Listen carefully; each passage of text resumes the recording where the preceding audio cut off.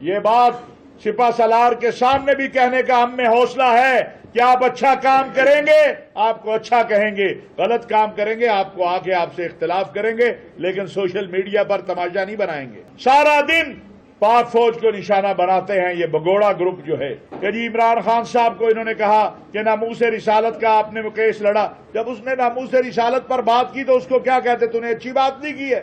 ہم اپنے مرکز سے یہ کہہ رہے ہیں کہ پاکستان کے دفاع اور سلامتی کے لیے ہم افواج پاکستان کے شانہ بشانہ کھڑے ہیں۔ یہ بات سپہ سالار کے سامنے بھی کہنے کا ہم میں حوصلہ ہے کہ آپ اچھا کام کریں گے آپ کو اچھا کہیں گے، غلط کام کریں گے آپ کو آگے آپ سے اختلاف کریں گے، لیکن سوشل میڈیا پر تماشا نہیں بنائیں گے۔ پاکستان کے آرمی چیف کے ساتھ پاکستان کے دفاع اور سلامتی کے لیے جہاد کی بات کرتے ہیں، جہاد کی بیعت کی بات کرتے ہیں، تو پاکستان کے اندر، ہندوستان کے اندر، افغانستان میں بھی کچھ لوگ ہیں، اسرائیل، ان کو تکلیف شروع ہو جاتی ہے کہ یہ جہاد کی بیعت دوبارہ زندہ ہوگی۔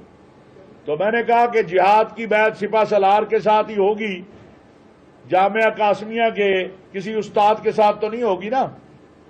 ہاں، جب میں نے حدیث پڑھنی ہوگی تو جامعہ قاسمیہ کے شیخ الحدیث سے پڑھوں گا، جب میں نے جنگ لڑنی ہوگی تو میں اپنے سپہ سالار کے ساتھ، آرمی چیف کے ساتھ جا کے جنگ لڑوں گا۔ اس میں کیا تضاد ہے؟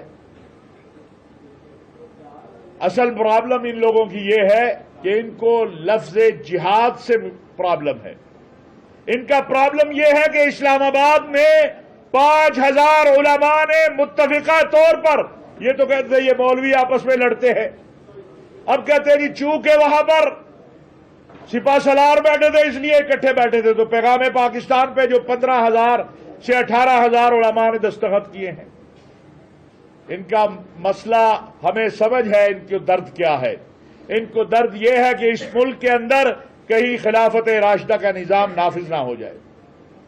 ہماری جدوجہد اس ملک کے اندر اسلام کا وہ عادلانہ نظام لانا ہے جس کے اندر خلیفۃ المسلمین کا میٹھا کھانے کو دل چاہے، قربان جاؤں ابو بکر صدیق تیرے اوپر۔ ہاں، تو آپ کی زوجہ مطہرہ نے کہا ممکن نہیں ہے، بیت المال سے جو آتا ہے راشن اس میں میٹھا نہیں بن سکتا ہے۔ ہم یہ نظام چاہتے ہیں۔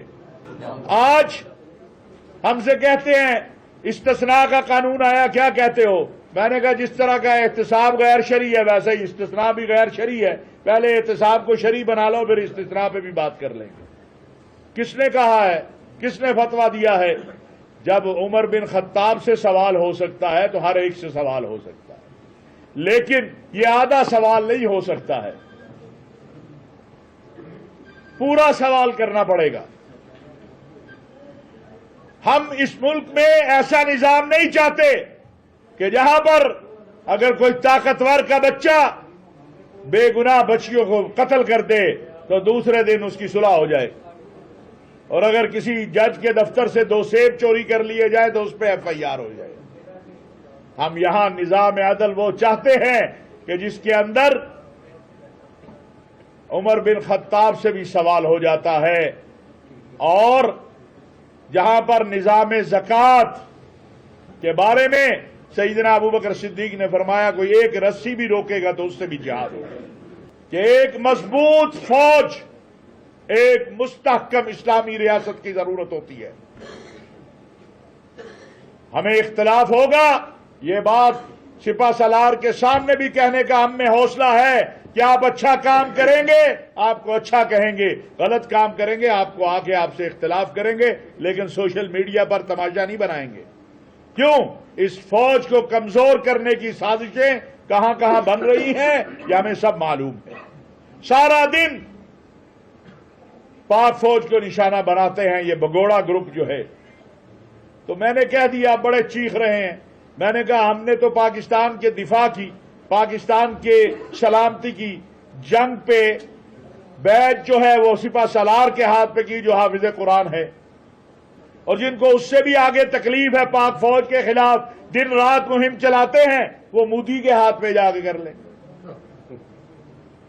اس کے ہاتھ میں اپنا ہاتھ دے دے۔ ہم تو اس وطن کو، اس کی اساس میں ہمارے بڑوں نے خون دیا ہے، اس کا پرچم علامہ شبیر احمد عثمانی نے لہرایا ہے۔ پاکستان کے علماء اور مشائخ اپنی قیادت سے بھی کہنا چاہتے ہیں کہ جہاں اللہ نے آپ کو فتح یاب کیا ہے معرکہ حق کے اندر، یہ اللہ کی وجہ سے کامیابی ملی ہے، اور میں بالکل اس میں ہمیں کوئی شک نہیں ہے کہ یہ اللہ کی مدد اور نصرت تھی، اور اللہ نے ہماری غلطیوں کو بھی صحیح کر کے ہمیں فاتح بنا دیا۔ کہتے ہیں ملا ملٹری الائنس، میں نے کہا یہ تو فطری ہے، یہ تو ختم ہو ہی نہیں سکتا ہے، تم جتنا بھی چیخو گے یہ تو فطری بات ہے، کیونکہ وہ جہاد کے میدان میں کھڑا ہے اور میں جہاد پڑھانے والے میدان میں کھڑا ہوں۔ جب وہ مجھے کہے گا میں جہاد کے میدان میں اس کے شانہ بشانہ کھڑا ہوں۔ یہ میری فوج ایمان تقوی جہاد فی سبیل اللہ والی فوج ہے، یہ شہادت کے اوپر خوشی مناتی ہے، ماتم نہیں کرتی۔ میرا شہید جب آتا ہے اس کی ماں کہتی ہے مٹھائی لے کر آؤ، مجھے کوئی آ کے میرے ساتھ ماتم نہ کرے، اس کا باپ مبارکیں وصول کرتا ہے۔ ایسا ہے کہ نہیں ہے؟ اس فوج میں کون ہے؟ اس فوج کے اندر آپ کا اور میرا بھائی ہے۔ آج بہت چیزیں پھیلائی جا رہی ہیں کہ جی عمران خان صاحب کو انہوں نے کہا کہ ناموس رسالت کا آپ نے کیس لڑا۔ جب اس نے ناموس رسالت پر بات کی تو اس کو کیا کہتے؟ تو نے اچھی بات نہیں کی ہے۔ جب اس نے ناموس رسالت کے اوپر اچھی تقریر کی تو ہم نے اس کو، میں اسی فیصل آباد سے جا کے ہم نے اس کا ویلکم کیا۔ مجھے یہ سمجھ نہیں آتی کہ یہ جو اتنا ماتم شروع ہے، جو اتنی چیخ و پکار شروع ہے اسلام آباد کے علماء مشائخ کانفرنس کے بعد، یہ کیوں ہے؟ پھر میں نے جب اس پر سوچا تو مجھے سمجھ آئی کہ اتنے زیادہ علماء جمع ہوں، جہاد کی بات ہو، اسلام کی بات ہو، قرآن کی بات ہو، پاکستان کی بات ہو، فلسطین کی بات ہو، تو چیخ و پکار تو ہونی چاہیے، اور زیادہ کیجیے تاکہ ہمارے اور جذبے بڑھے۔ ہم اپنے اللہ سے ڈرتے ہیں، اور اللہ کے دین کے لیے جو کلمہ حق ہوگا وہ کہتے رہیں گے۔ اس کے لیے ہمیں یوٹیوبروں سے یا سوشل میڈیا پہ بیٹھے لوگوں سے یا ہندوستان اور اسرائیل کی ایما پر جو پاکستان کے خلاف یعنی عجیب لوگ ہیں کہ سارا دن پاک فوج کے خلاف محاذ بنا کر رکھتے ہیں، اور جب علماء کی کانفرنس ہوتی ہے تو پھر ہمیں سمجھ آتی ہے تمہیں تکلیف کیا ہے۔ ہم پھر آج یہاں پر، یہ ہمارا مرکز ہے، یہاں جو علماء مشائخ بیٹھے ہیں یہ یہیں سے فیض یافتہ ہیں۔ ہم اپنے مرکز سے یہ کہہ رہے ہیں کہ پاکستان کے دفاع اور سلامتی کے لیے ہم افواج پاکستان کے شانہ بشانہ کھڑے ہیں۔